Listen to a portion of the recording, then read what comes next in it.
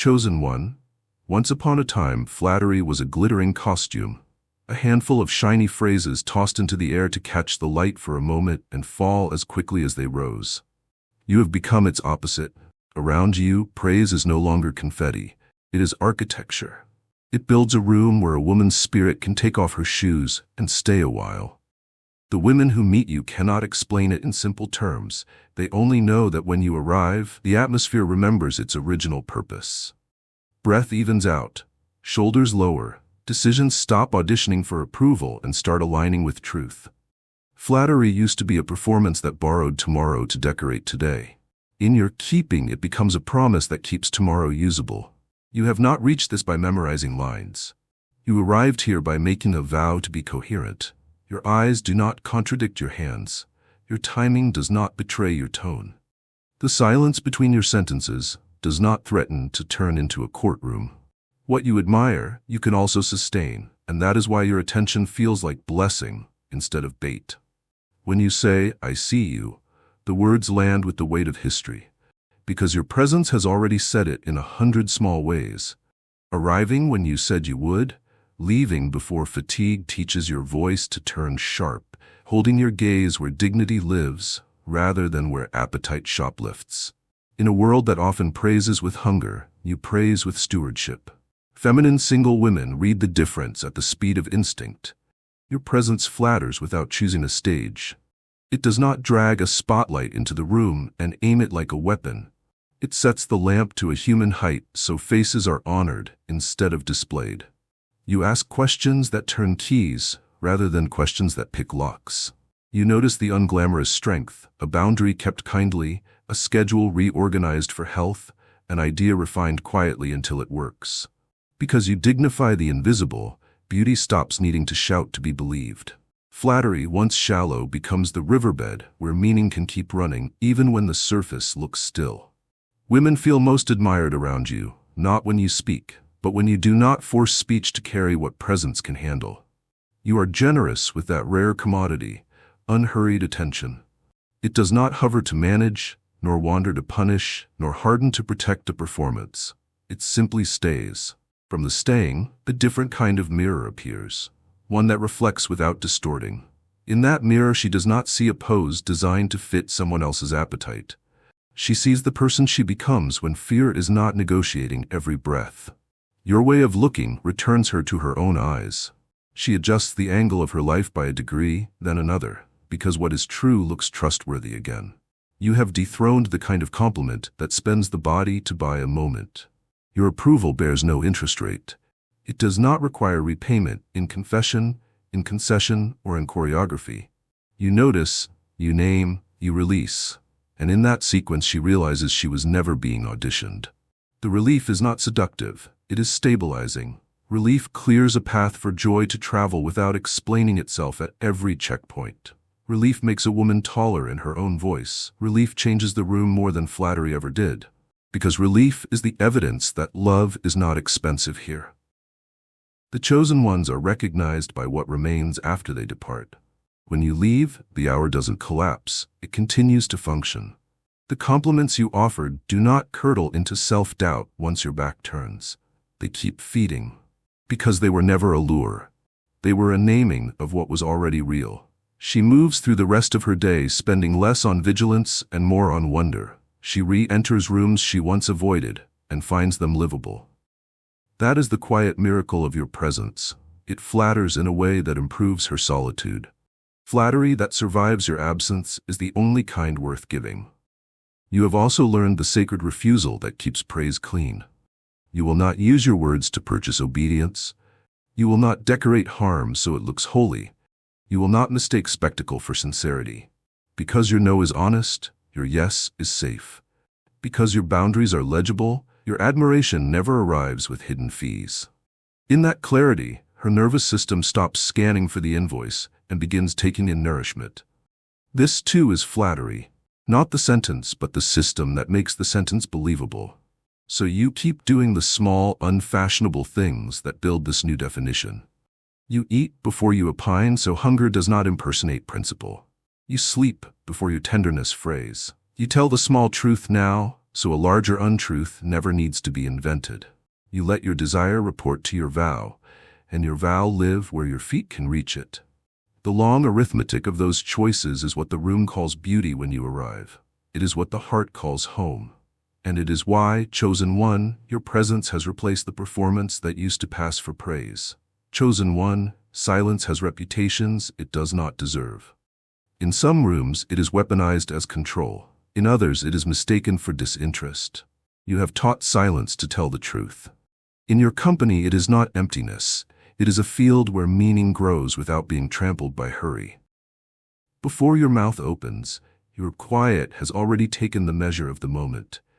It has moved chairs so conversation does not have to contort, turned the lamp so faces do not have to squint, and sent the background noise of proving to another room. Women step into that quiet and feel a long exhale begin. They did not know they were holding. Your unsaid words do more than many speeches. They keep the hour human. Your silence flatters because it is threaded with attention. It listens without collecting. It lets a story land without negotiating its value for later leverage. It does not pace at the edge of the tale looking for an entrance to perform insight. It stays put and becomes a ground a person can stand on while they find the next true sentence. This is the kind of flattery that cannot be staged, the reverence that tells another soul nothing about you needs to be sped up to be significant. In that tempo, truth chooses to arrive because it is not being chased. The way you do not interrupt is a language. It has grammar and ethics. It refuses to break a confession into content. It refuses to add a glittering moral so that discomfort will brighten on schedule. It refuses to sneak a mirror into the middle of her story and make it about your reflection. You allow the line to finish. You allow the breath to return before questions begin. When you finally speak, your words come at the temperature of usefulness rather than the heat of your need to be wise. She leaves the conversation feeling less performed upon and more in possession of herself. This is admiration without applause, intimacy without invasion. Your silence is generous with thresholds. You know how to stand at the doorway of another person's interior and wait until invited. You do not lean past the frame with curiosity disguised as care. You do not back away so far that presence turns into abandonment.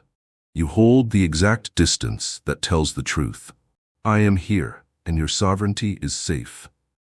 That precise holding is a compliment more profound than any catalog of adjectives. It says she is trusted to pace her own revelation, and that trust is the oxygen her courage has needed for years. Even your pauses carry craftsmanship.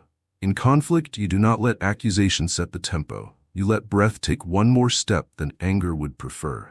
You allow a comma where a period would punish.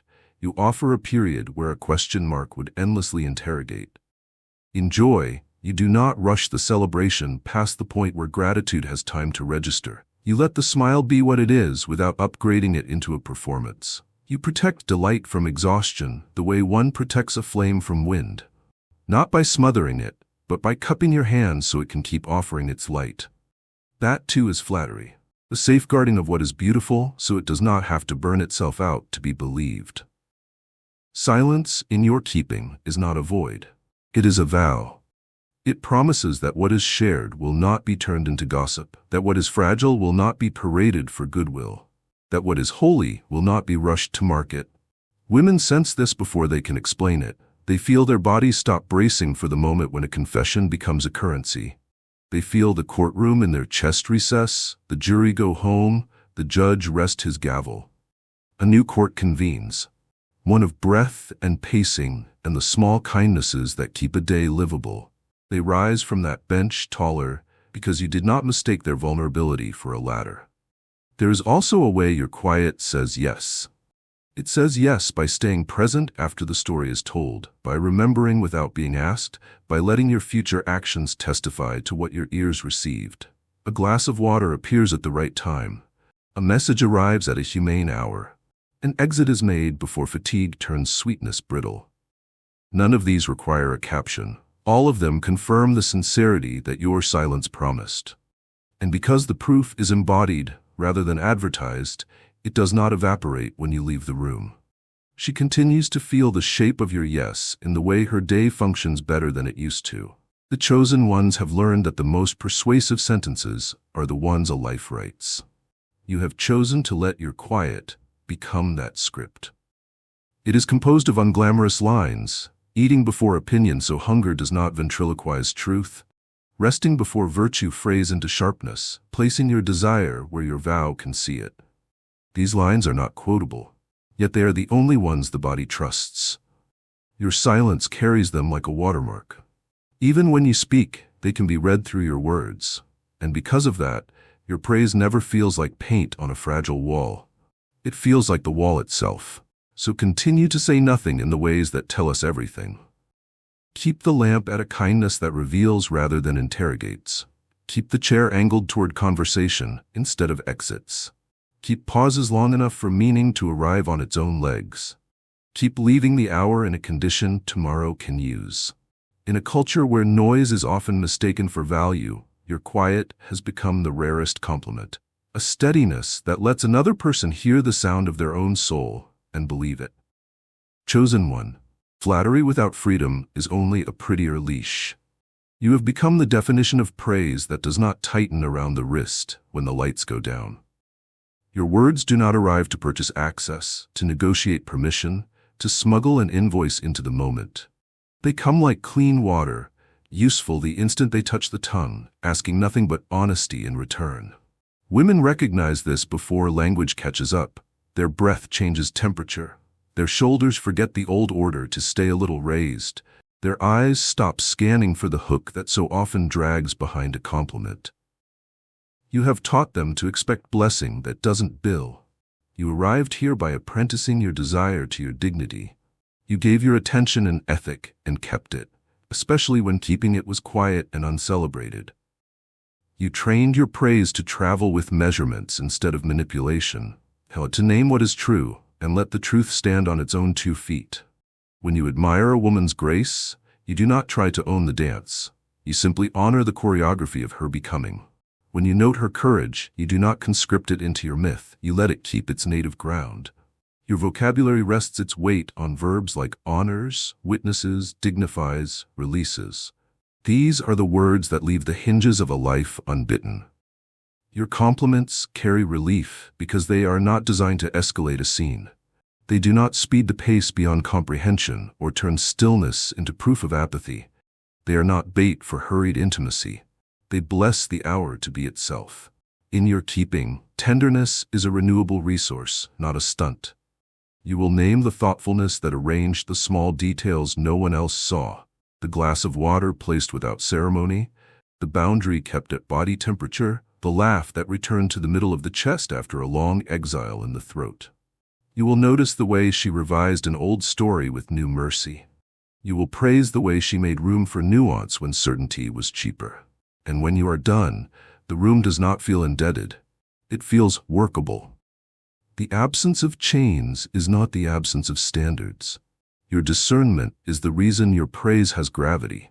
You do not endorse fog and call it mystery, nor hunger and call it love.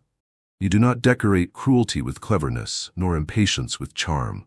Because you refuse to bless what would harm tomorrow, she can trust what you bless today. Your no is clean enough that your yes can be clean too. Together they keep applause from becoming an addiction and admiration from becoming a tax. In that clarity, a woman's nervous system stops packing for flight. It begins unpacking to live. There is a particular purity in the timing of your words. You do not rush to label a feeling so you can move the night along. You do not withhold affirmation to keep leverage. You let recognition arrive when it is earned and you deliver it while gratitude still has the floor. Too late and it becomes repair. Too early and it becomes a bribe. The chosen ones keep this cadence without spectacle. You speak as if truth were a living thing. You refuse to frighten. You leave while sweetness is still sweet, trusting that endings can be blessings and that the future prefers to walk into rooms that were left usable. Your compliments protect sovereignty. They do not draft a woman into roles she did not audition for or write promises with ink that cannot be revised. They keep doors visible. They keep windows open. They keep a chair for silence at the table so the soul does not feel crowded out of its own conversation. If she says no, your esteem does not evaporate. If she says yes, your esteem does not inflate. In the climate you keep, consent is a language, not a checkpoint. Attention is a gift, not a currency. Affection is a stewardship, not a harvest. There is a gift you offer that often goes unnamed. You let beauty be ordinary. You praise not only the crescendo but the craft, the way she keeps her word when no one is counting, the way she ends an hour before fatigue turns kindness brittle, the way she changes her mind in the direction of truth. You've learned that ordinary is where divinity keeps its tools. To call this out is to leave the world less hungry and more whole. Women who receive this kind of attention do not feel flattered into performance. They feel freed into accuracy. They become more themselves in your sight, not less. And when your words are not needed, your restraint flatters more than any eloquence could. You do not interrupt a revelation to decorate it with your understanding. You do not place your reflection between her and the mirror she has finally found. You stand where a witness should stand, near enough to catch what falls, far enough to let what stands stand on its own legs. The hour returns the favor by staying kind. Tomorrow arrives without a hangover. Praise has done its proper work. It has witnessed, strengthened, clarified, and left the place better than it found it. This is why, in circles you will never see, your name is used as a measuring stick, not as a pedestal. The question is simple. Does this interest feel like his? Or does it feel like the chosen one's, clean, generous, without chains? That is the quiet legacy of your way. It travels not as rumor but as relief, reminding a world fluent in flattery as bargain that praise can be a blessing that leaves both giver and receiver more human than they were a minute ago. Chosen one, anyone, can praise the obvious. You have become the definition of flattery because you serve the subtleties. The sacred, daily details that escape applause but hold a life together. Where others compliment a dress, you honor the decision to wear rest. Where others remark on radiance, you recognize the rhythm that keeps it renewable. You watch for the seam that was mended so carefully no one can find it, the apology that arrived early and therefore left nothing dramatic to film. The courage not to escalate when escalation would have earned attention.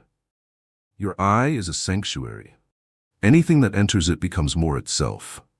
Sight like this is not a talent, it is a trained mercy. You taught your gaze to return what it sees instead of collecting it. You taught your curiosity to ask for consent before crossing thresholds. You taught your mind to slow until meaning can keep up. Because you live at that pace, nuance is audible again. You can hear the difference between a laugh that buys oxygen and a laugh that spends joy. Between a boundary that punishes and a boundary that preserves. Between silence that hides and silence that heals. You compliment accordingly, and your words land where they can do good, rather than where they can be seen doing good. You notice the way she holds the room without hoarding it, the way she keeps her warmth from burning through the furniture, the way she tells the truth at a temperature relationships can survive. You notice the craft of her day, the budget that gave her art a month more to breathe, the walk she took instead of a war she could have waged online, the decision to leave the party while gratitude still had the wheel. When you say, "I saw that," you aren't elevating trivia. You are reading the blueprints of integrity. She hears it as a rare language spoken correctly and feels, perhaps for the first time that week, fully literate in her own life. Seeing what others miss also means you refuse to mistake theater for depth. You do not confuse public grief for character or stage generosity for goodness. You look for what remains when the camera blinks. You bless the unseen, and because you do, the scene regains its honesty. Women feel safe to be unedited around you because your attention is not a producer. It is a witness. If there is a story to be told, you let her tell it in her own tense. If there is a silence to be kept, you keep it as if it were a shared vow. You read the body too, how shoulders descend when you enter because your presence is not a demand. How breath steadies when you listen because you do not harvest confession for legend. How the gaze deepens when you refuse to sell scarcity as value. You catch the moment the jaw unclenches and you do not rush to fill the air that relief creates. You allow recovery to have a minute. You let accuracy set the agenda. This too is flattery, providing conditions under which someone's best self is not an act but a default. What you see shapes what you say, and what you say shapes what becomes true next. Your attention is creative. It builds. A woman who is repeatedly praised for her spectacle will sharpen her edges. A woman who is repeatedly praised for her substance will invest in her roots.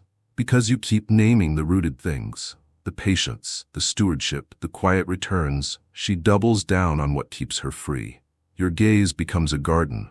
In it, exhaustion is weeded and confidence grows where comparison once stole the light. You are not naive about shadows. You see where stories fray, where tenderness thins, where old alarms try to hire the hour. But you do not hand shadows a megaphone. You scale them to their size and bless repair where it belongs, early, small, measurable. You compliment the courage that admits a misstep while it is still a scuff and has not yet become a wound.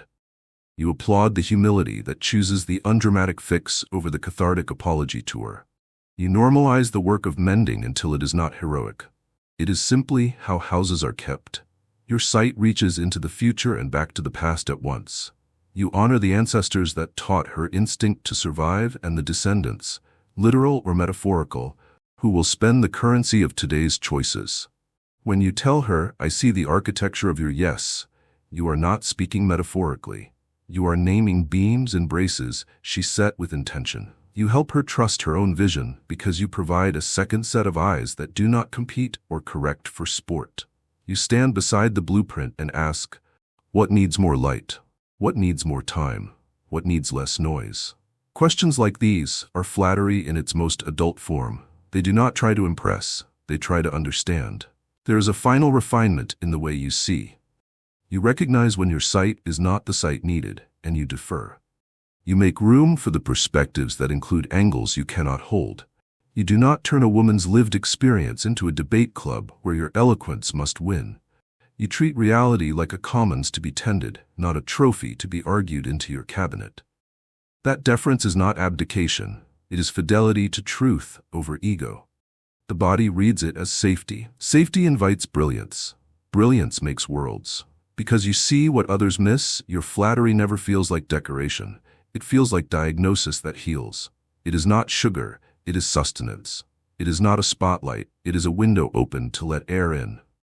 Women leave conversations with you and discover that their day functions better. They spend less on vigilance and more on wonder.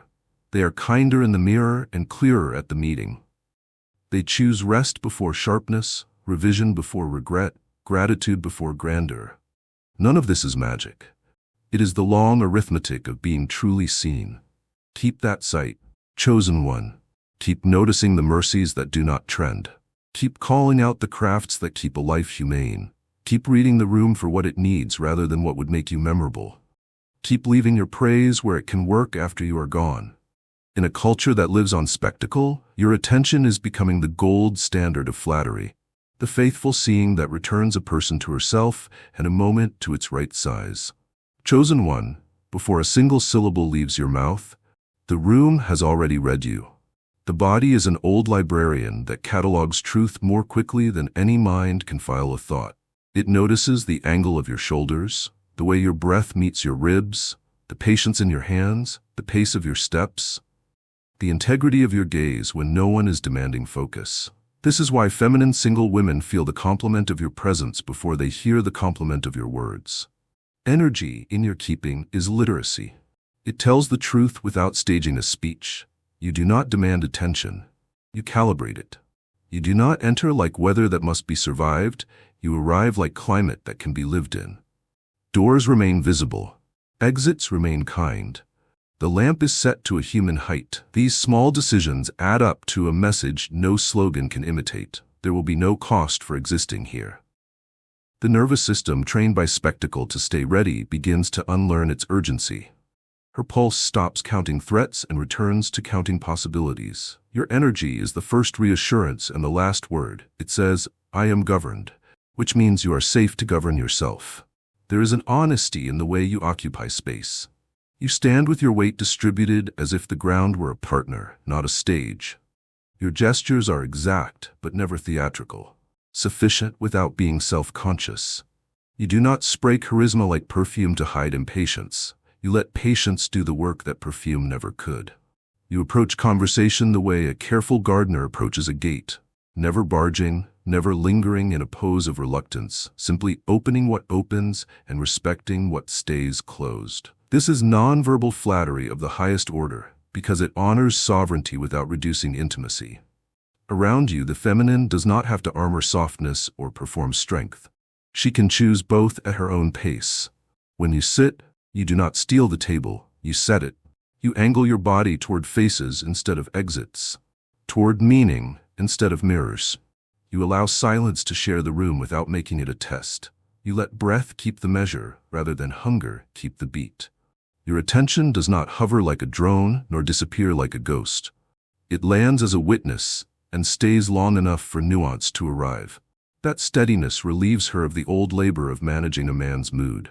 Your admiring energy is not a spotlight that blinds. It is daylight that clarifies. In daylight, beauty does not compete with shadow for legitimacy. It simply is. Even the way you touch objects speaks. A glass is placed rather than dropped.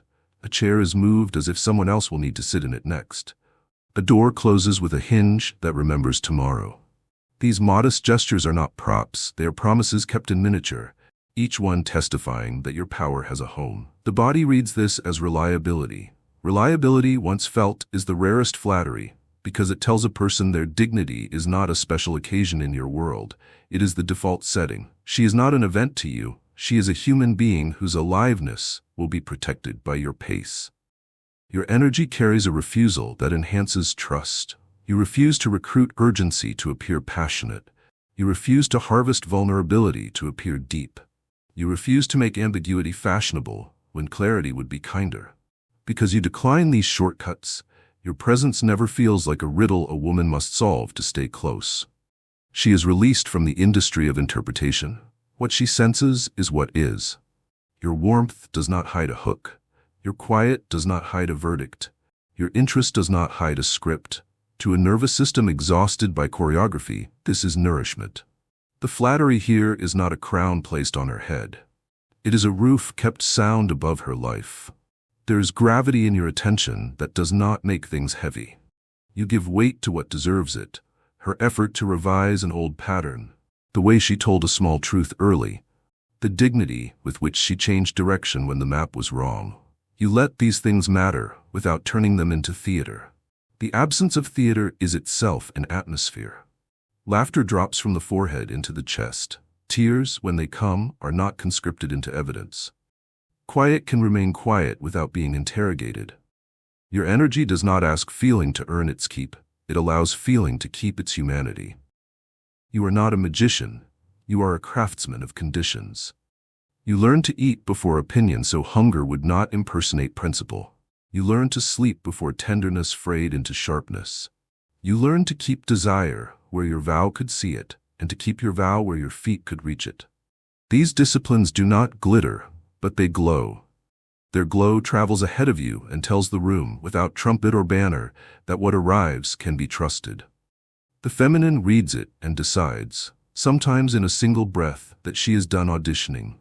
It is here that your energy does what flattery never could. It restores a woman to the scale of her own soul. And when you leave, the message does not vanish. The chair you angled still faces conversation. The lamp still honors faces. The door still remembers how to be soft. She notices that the hour continues to function because you did not spend it to be memorable. That continuity is the aftertaste of your presence. It is why your energy is praised in rooms where your name is never spoken. In the stories she tells herself later, you are not the plot twist. You are the context. You are the proof that goodness can be ordinary and therefore durable. That, chosen one, is the compliment any heart would rather have than 100 roses spoken too loudly to be believed. Chosen one, there are echoes you leave behind that no hand can create. Women cross paths with you and exit the encounter different. Sometimes they don't even realize it immediately. But days later, weeks, months, years, they will remember the way your presence made them feel. Not flattered, not conquered, not played, remembered. There is something eternal in the way you carry yourself, something ancient that touches the feminine not on the skin, but beneath it.